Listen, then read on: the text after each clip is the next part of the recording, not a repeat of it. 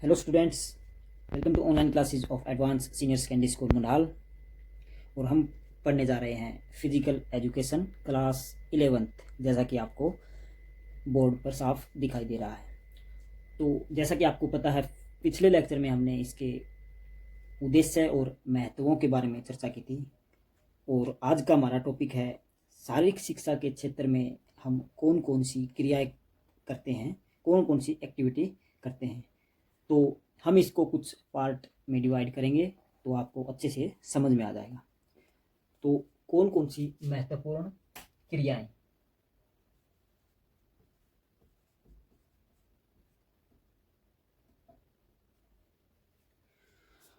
शारीरिक शिक्षा के क्षेत्र में सबसे पहले हम जो रोजमर्रा के कार्य करते हैं या और भी घरेलू या कोई जॉब करते हैं या हम पैदल भी चलते हैं, तो वो भी एक शारीरिक शिक्षा के अंतर्गत एक व्यायाम माना जाता है। चाहे हम खेत का कोई भी काम कर रहे हों, चाहे हम कहीं जाने के लिए भाग रहे हो या कोई बस पकड़ने के लिए, या हम उसमें चढ़ रहे हों या खड़े हों या बैठे हों, तो वो अपनी शारीरिक क्रियाओं के अंतर्गत ही आता है। तो इसको हम बोल देते हैं, ये रोजमर्रा के कार्य हैं और हम इनको बुनियादी क्रियाएं बोल सकते हैं। नंबर 1, बुनियादी क्रियाएं। तो बुनियादी क्रियाएं आपको समझ में आ गया होगा। जो हम डेली रूटीन में जो भी क्रियाएं करते हैं उनको बुनियादी क्रियाएं कहते हैं। स्कूल में जाना, खेत में जाना या खेत में कोई काम करना, घर पर कोई काम करना, सिंपल बातें हम जो डेली करते हैं और उनसे हमारा शरीर की एक्टिविटी भी होती है और साथ के साथ कुछ एक्सरसाइज भी होती है, वो हम बुनियादी क्रियाएं या बुनियादी व्यायाम भी इसको आप बोल सकते हो, व्यायाम। सेकंड नंबर पर मैं लिख रहा हूं यहां पर मनोरंजनात्मक क्रियाएं। फिजिकल एजुकेशन जो हमारा फर्स्ट चैप्टर है, जो भी शारीरिक क्रियाएं हैं उसका एक अलग विभाग है, खेल विभाग। खेल विभाग से मतलब है शरीर को फिट रखना, और दूसरा एक सबसे इम्पोर्टेंट इससे जुड़ा हुआ पार्ट है, वो है मनोरंजन का। अब खिलाड़ी खेल रहे हैं, कोई भी गेम लगा लो, आप फुटबॉल से लगा लो, क्रिकेट से लगा लो, खिलाड़ी तो वहां पर दो टीमों के 11-11 या 15-15 दोनों में से खेलते हैं। मगर जो उस खेल का स्टेडियम में बैठकर मनोरंजन करते हैं, 50,000 भी हो सकते हैं, 1 लाख भी हो सकते हैं। उसके अलावा जो दुनिया भर में टीवी के माध्यम से लोग देखते हैं, ऑनलाइन उसको लाइव स्ट्रीमिंग के द्वारा देखते हैं, वो भी उनका एक मनोरंजन होता है। तो इसमें हम इनको भी मनोरंजनात्मक खेल मान सकते हैं। इसके अलावा जो भी हम घर पर खाली समय है, जैसे आजकल चल रहा है, कोई ज़्यादा कार्य नहीं हो रहा इस समय, तो घर पर बैठे हुए कई लोग चेस खेलते हैं, कैरम बोर्ड खेलते हैं, या आप पश्चिम की तरफ जाओगे जो यूरोपियन कंट्री हैं, वो अपना मनोरंजन घुड़सवारी, और भी काफ़ी क्रियाएं हैं जिसमें मछली पकड़ना या ट्रैकिंग, एडवेंचर टूर, तो ये सभी क्रियाएं हैं। इससे आपका मनोरंजन तो होता ही है, साथ में आप एक फिजिकल एक्टिविटी में भी इनडायरेक्ट रूप से भाग लेते हैं। तीसरा पॉइंट है आपका शोधक क्रियाएं। शोधक, जैसे नाम से ही पता चल रहा है, शोधक का अर्थ होता है किसी बिगड़ी हुई चीज को सुधारना।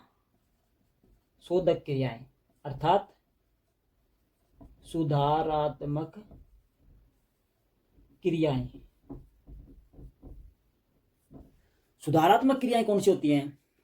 जैसे हमारे गलत आसन से, गलत पोस्चर में काफ़ी लंबे समय तक अगर हम उसको अपनाते हैं तो वो हमारी एक गलत आदत बन जाती है, तो उसको सुधारना बहुत ज़रूरी है, नहीं तो आपको दिक्कतें देनी शुरू कर देती हैं। तो ऐसी जो हमारे शरीर की डिफेक्ट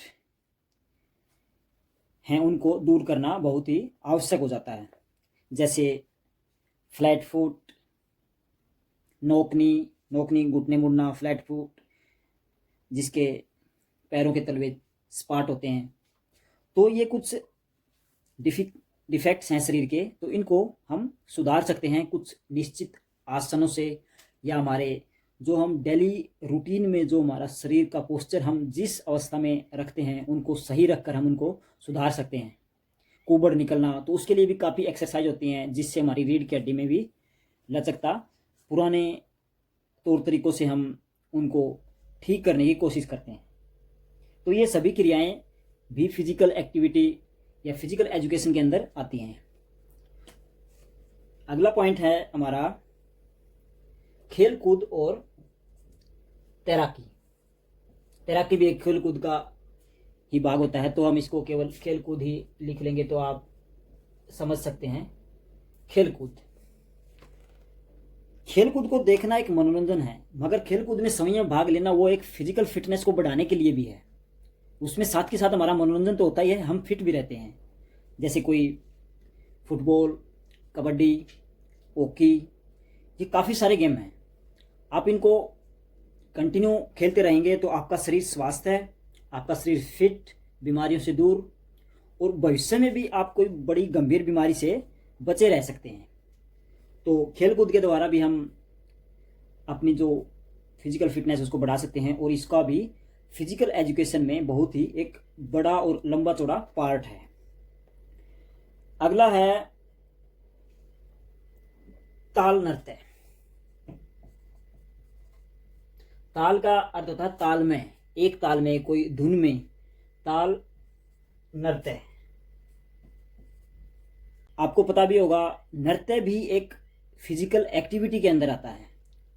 हम जो भी कार्य करते हैं, अगर हमारे शरीर में कुछ हलचल होती है और शरीर की मांसपेशियां उसमें तालमेल बिठाती हैं, हड्डियों के साथ, जोड़ों के साथ कुछ उतार चढ़ाव होते हैं, तो वो एक फिजिकल एक्टिविटी मानी जाती है। तो नृत्य में काफ़ी हलचलें होती हैं, हाथ हिलाते हैं हम, पैर हिलाते हैं, तो ये काफ़ी सारी एक्टिविटी मिलकर हम उसको नृत्य कह देते हैं। मगर वह भी हमको फिजिकल फिट रखने के लिए बहुत ही आवश्यक है, बहुत ही लाभकारी भी है। तो इसके द्वारा हम किसी संगीत या किसी धुन पर हम नृत्य करते हैं, तो ये सभी क्रियाएं ताल नृत्य बोली जाती है। या कोई हम, जैसे आपके स्कूल में ड्रम पर हम पीटी कर रहे हैं, इनको लयात्मक क्रियाएं भी बोल सकते हैं। डंबल कर रहे हैं, लेजियम पर हम कुछ एक्टिविटी कर रहे हैं। आपने देखा होगा 26 जनवरी के उपलक्ष्य पर परेड होती है, तो वो भी एक धुन के सहारे चलता है सिस्टम पूरा, तो उसको हम उसको फिजिकल एक्टिविटी बोल सकते हैं। तो ये भी इसी का एक भाग है। यौगिक क्रियाएं। देखो बच्चों, जो भी हम फिजिकल एक्टिविटी अपने शरीर के लिए करते हैं वो सभी फिजिकल एजुकेशन का ही पार्ट है। यौगिक क्रियाएं, ये भी एक बहुत बड़ा हिस्सा है फिजिकल एक्टिविटियों का, फिजिकल एजुकेशन के अंदर इसका काफ़ी रोल है। तो योग के द्वारा हम शरीर की अंदरूनी शक्तियों को जागृत करते हैं, और वो ऊर्जा हम शरीर को फिट रखने में हम उसकी सहायता लेते हैं। तो योगिक क्रियाओं, इसमें आप योग, प्राणायाम, आसन, ये सभी मिलाकर यौगिक क्रियाएं बोली जाती हैं। तो ये भी एक फिजिकल एक्टिविटी का पार्ट है। इसके अलावा कुछ स्पोर्ट्स के अलावा भी कुछ अलग स्पोर्ट्स हैं जिनको हम आत्म रक्षात्मक खेल बोल सकते हैं। आत्म रक्षात्मक क्रियाएं, जैसे आपने सुना होगा जुडो, कराटे, बॉक्सिंग, कुश्ती, ये सभी चीज़ें आत्म रक्षात्मक क्रियाएं मानी जाती हैं, या आत्म रक्षात्मक खेल इनको हम बोल सकते हैं। क्योंकि पुराने समय में जब इन खेलों की शुरुआत हुई तो ये एक दूसरे की जान की रक्षा के लिए बहुत ही इम्पोर्टेंट क्रियाएं थी। आधुनिक समय में ये एक खेल के तौर पर प्रयोग होती हैं। तो बच्चों, ये आपकी कुछ मैंने क्रियाएं लिखी जिनका हम फिजिकल एजुकेशन में या शारीरिक शिक्षा के क्षेत्र में बहुत व्यापक रूप से इस्तेमाल करते हैं। तो इन सब को मिलाकर हम फिजिकल एजुकेशन की क्रियाएं बोल सकते हैं। इसके अलावा जो हम पढ़ते हैं, जैसे हमारा शरीर स्वस्थ रहे, वो एक अलग पार्ट है। हमारा मेंटली, दिमागी तौर पर हम सही रहें, वो भी एक अलग पार्ट है। मगर एक और आ जाता है भावनात्मक या संवेगों पर नियंत्रण, हमारे मन पर नियंत्रण हम कैसे स्थापित करें, वो भी एक अलग पार्ट आता है, मगर वो फिजिकल एजुकेशन का ही पार्ट है। उन सब को, जैसे मानसिक, भावनात्मक, सामाजिक और शारीरिक रूप से सही चलाने के लिए शरीर को ये सभी क्रियाएं करनी पड़ती हैं। अब वो हम पर डिपेंड है कि हम कौन सी क्रिया चूज करते हैं। कई लोग खेलकूद का सहारा लेते हैं, कई व्यक्ति ऐसे होते हैं जो कुछ भी व्यायाम नहीं करते मगर फिर भी फिट हैं, क्योंकि वो रोजमर्रा के व्यायाम करते रहते हैं। उनका दिनचर्या ऐसी होती है कि उनको व्यायाम की जरूरत ही नहीं होती। जैसे किसान या मजदूर, वो जो बारीक भरकम काम करते हैं, श्रमिक होते हैं, तो उनकी एक्टिविटी तो वैसे ही हो जाती है। और जैसे नृत्य, आधुनिक समाज में बड़े बड़े शहरों में लोग जिम वगैरह में जाते हैं, तो वहाँ पर ताल में नृत्य होता है।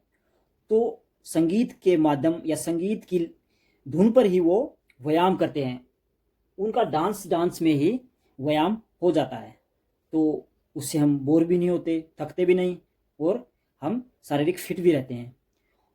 बुजुर्ग लोग होते हैं, वो ज़्यादा व्यायाम नहीं कर सकते, तो उनके लिए यौगिक क्रियाएं बेस्ट हैं। और जो कोई अगर सिंगल इवेंट